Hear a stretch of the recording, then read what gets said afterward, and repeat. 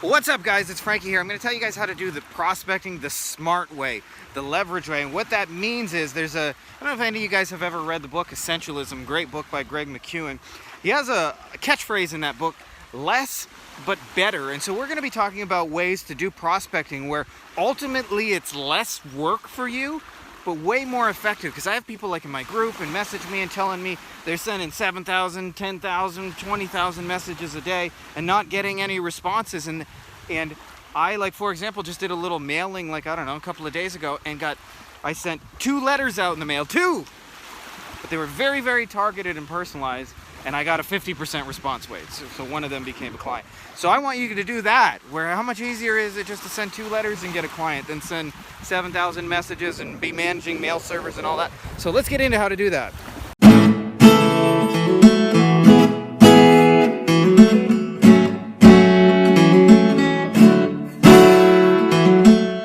Alright, now I know this is a little controversial, but by the way most people do prospecting is fucking dead wrong.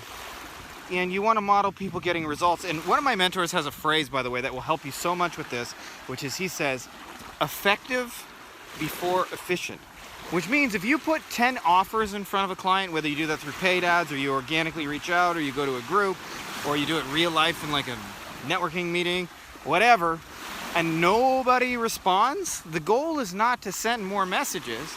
The goal is to dial in the offer, because when you get the offer dialed in, you'll look a lot more like this. It's not unusual to be loved by. It's not unusual to have fun with anyone.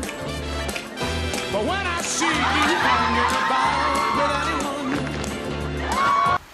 it's not unusual to be loved by anyone.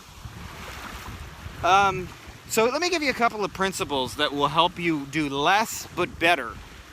Thing number 1, okay?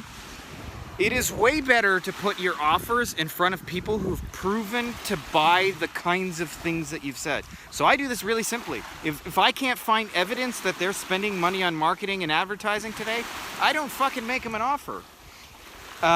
You'll save yourself so many headaches by not chasing people who don't have any money to pay you in the first place.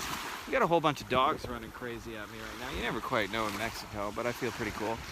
Second thing, by the way, okay, is it is way better to send a personalized message, something that is meaningful and specific to that person and makes them feel all warm and good, because when you send those untargeted generic messages, people just feel like, hey, this is a bunch of bullshit that I can ignore.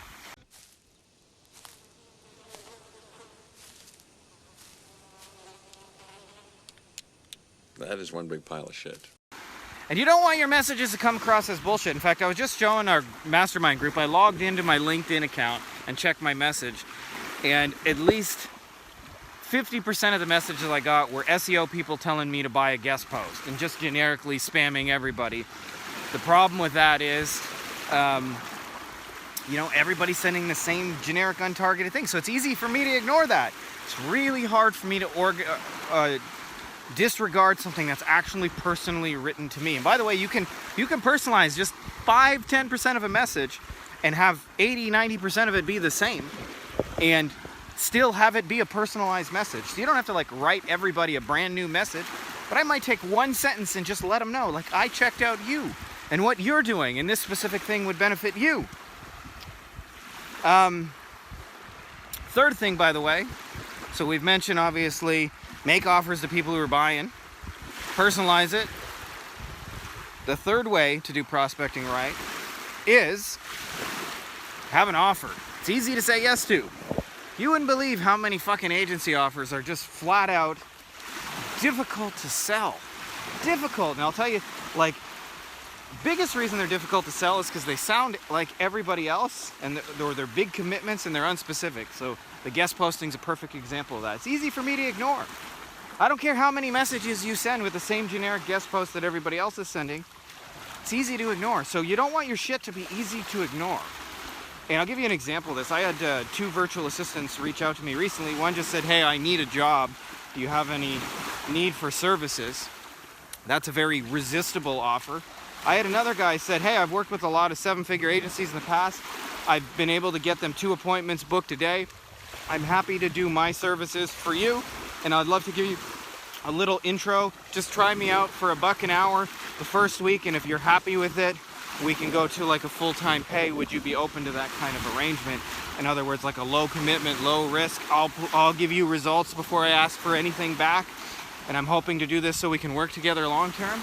That was easy to say yes to. Both people, same job, but very different offers. Like one was very resistible. Do you need anybody at all? One was let me prove it to you and you can pay me almost nothing, and then after that we can talk. So yeah, so I hope that's helpful to you guys who are doing prospecting. Less but better. Greg McEwen, less but better, less but better. So that's all I got in this rant. We're gonna hang out here at the beach. I don't know if you can see the bees. My ladies are over there. That's our little tent. Much love to you guys. If you're not already subscribed, make sure to subscribe. May the force be with you!